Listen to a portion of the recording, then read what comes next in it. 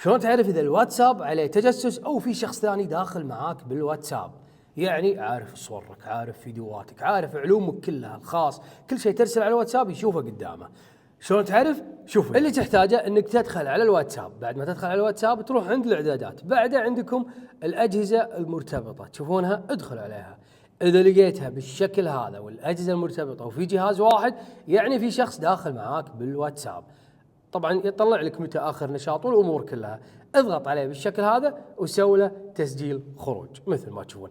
اما اذا طلعت معكم او صار معكم نفس الصفحه هذه بالاساس اول ما دخلت، يعني امورك طيبه، ما عندك اي تجسس، يعني مثل ما تشوفون نفس الصفحه هذه، يعني امورك طيبه.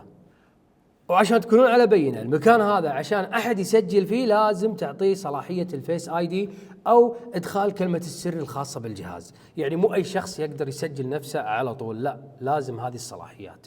كان معكم اخوكم عبد الله العجمي، اتمنى انكم استفدتوا من هذا الامر، ولا تنسون تضيفون الحساب. حياكم الله.